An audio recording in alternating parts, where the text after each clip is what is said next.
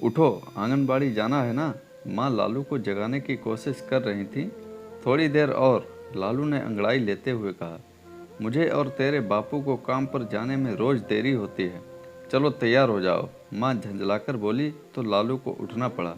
माँ ने बासी और कड़क रोटी चाय नुमा पानी में डुबोकर नरम की थी। टीन की थाली में वह रोटी परोसकर लालू के सामने सरका दी। लालू वही नरम और बासी रोटी बड़े चाव से खाने लगा। ढंग से खाओ, कपड़ों पर मत गिराना, माँ बोली। क्यों डांटती हो, बच्चा ही तो है, बापू लालू की तरफ से बोला। कल ही कपड़े धोए हैं।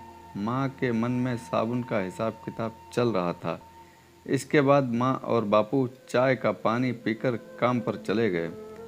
तुमने रोटी नहीं खाई, लालू ने पूछा। ठकुराइन के घर की रोटी बहुत अच्छी होती है, तुम्हारे उठने से पहले ही खा ली थी बेटा। माँ और बापू दोनों सफाई से झूठ बोल गए। माँ गांव के प्रधान के घर पर झाड़ू बर्तन सफाई करती थी और बापू उनके खेतों में मजदूर था। इनके घर में चूल्हा जलता था तो सिर्फ चाय बनाने के लिए, वह भी गुड़ वाली चाय, वरना जो जूठा बचा हुआ खाना मिलता उसी पर वे लोग अपना गुजारा कर लेते थे। माँ और बापू दोनों दिन रात मजदूरी में जुटे रहते। बापू को कभी काम मिलता तो कभी नहीं। माँ को पुराने कपड़े सामान बचा हुआ खाना मिलता था। प्रधान के घर में खाना खाकर माँ अपना गुजारा कर लेती और अच्छा खाना मिले भले बासी ही सही अपने बेटे लालू के लिए बांधकर ले आती। 5 साल का लालू इसी साल से आंगनबाड़ी में जाने लगा था। बापू ने उसको इस जिद से भर्ती करवाया था कि वे दोनों तो अनपढ़ हैं, अगर वे लिखना पढ़ना जानते तो वे मजदूर नहीं होते। लेकिन उनका बेटा पढ़ेगा, आगे चलकर वे उसे शहर भेजेंगे, वह पढ़ लिख कर बड़ा आदमी बनेगा। उसके लिए भले ही उन दोनों को सारी जिंदगी भूखे पेट क्यों ना रहना पड़े। लालू को आंगनबाड़ी भेजने की एक और भी वजह थी। सरकारी नियमों के मुताबिक वहाँ से कॉपी किताबें मुफ्त में मिलती थीं। साल में एक बार 2 जोड़ी कपड़े मिलते थे। अगर छुट्टी ना करो तो हर दिन रोज दोपहर का खाना मिलता था। देश भर में 15 अगस्त बड़ी धूमधाम से मनाया जा रहा था। आंगनबाड़ी में भी खास समारोह होना था। आंगनबाड़ी को झाड़ू लगाकर साफ कराया गया। फूलों की माला से झंडे का स्तंभ सजाया गया। उसके चारों ओर रंगोली से नक्काशी बनाई गई। थोड़ी ही देर में गांव के सरपंच जी आए। उन्होंने झंडा फहराया। सभी ने राष्ट्रगान गाया। उसके बाद भारत माता की जय का जयघोष हुआ। फिर सरपंच जी ने भाषण किया। समारोह खत्म होने के बाद सभी बच्चों को एक एक डब्बा दिया गया, जिसमें 2 समोसे, 2 लड्डू और कुछ नमकीन थी। सभी बच्चे अपना अपना डब्बा खोलकर समोसे लड्डू पर टूट पड़े। लालू ने भी अपना डब्बा खोला। समोसे की बहुत अच्छी खुशबू आ रही थी। लालू ने नाक के पास ले जाकर वह खुशबू सूंघी। गांव के रतन हलवाई की दुकान के आसपास ऐसी ही खुशबू फैली रहती है। लालू ने समोसे और लड्डू को प्यार भरी नज़रों से देखा और फिर एक बार सूंघा और डब्बा बंद कर दिया। आज 15 अगस्त होने की वजह से आंगनबाड़ी में छुट्टी थी। नतीजतन दोपहर का खाना नहीं मिलने वाला था। सारे बच्चे लड्डू समोसा खा कर के घर जाने लगे। कुछ बच्चों ने नमकीन अपनी निक्कर की जेबों में भर ली और खाली डब्बे वहीं फेंक दिए। लालू के हाथ में अभी भी डब्बा था, भरा हुआ डब्बा। लालू बड़े ध्यान से संभाल कर डब्बा लेकर अपने घर जा रहा था। दूर खेतों में खड़े अपने झोपड़े में आकर लालू ने वह डब्बा ठंडे चूल्हे के पास रख दिया।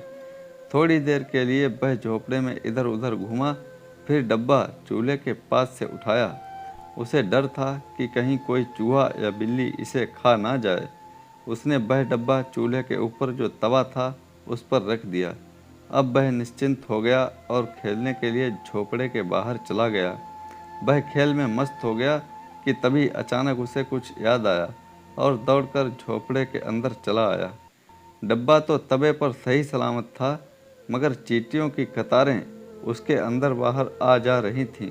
उसने झट से डब्बा खोला। अभी ज़्यादा चींटियां अंदर नहीं गई थीं। उसने फूंक मारकर चींटियों को भगाया।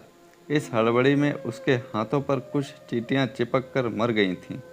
लालू ने अपने कपड़ों से लड्डू पोंछकर साफ किया। वह बहुत खुश हुआ। लड्डू सही सलामत थे, पर अब क्या करे? उसे एक तरकीब सूझी।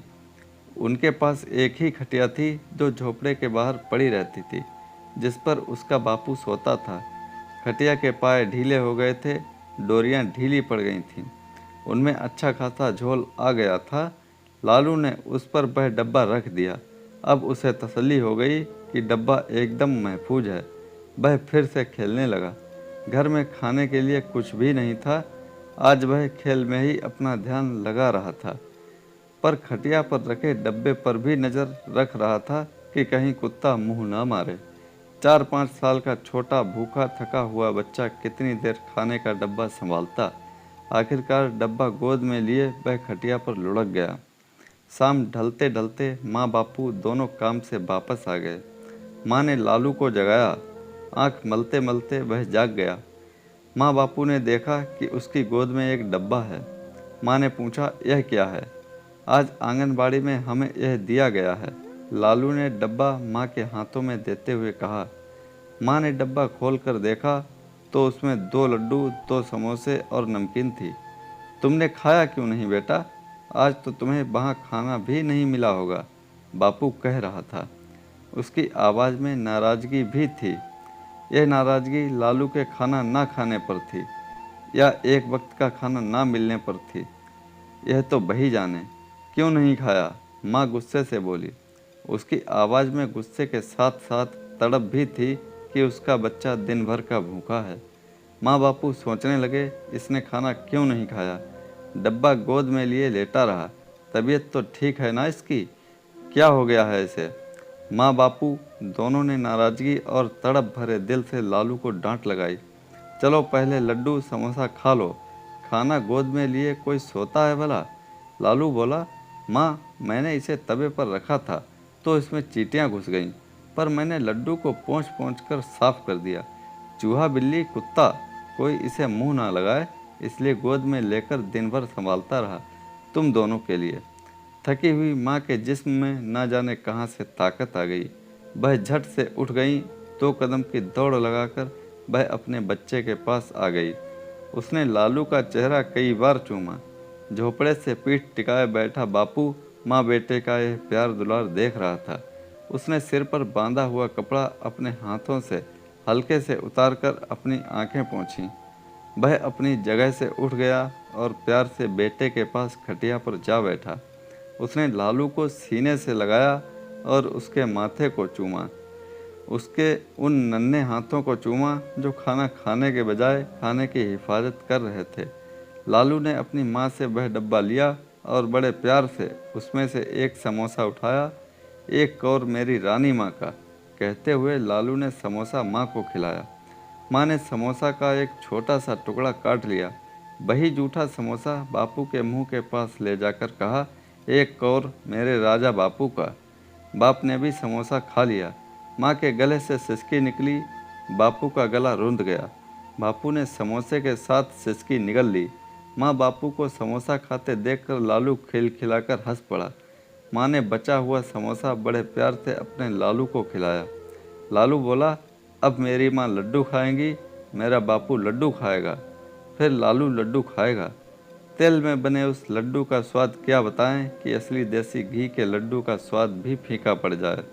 खुले आसमान के नीचे चांदनी की चादर ओढ़े झलाती हुई खटिया पर रानी माँ, राजा बापू और उनका नन्हा राज दुलारा एक दूसरे को टुकड़ा टुकड़ा खाना खिला रहे थे। तीनों के मुंह समोसे, लड्डू और दिल खुशी से भरे थे।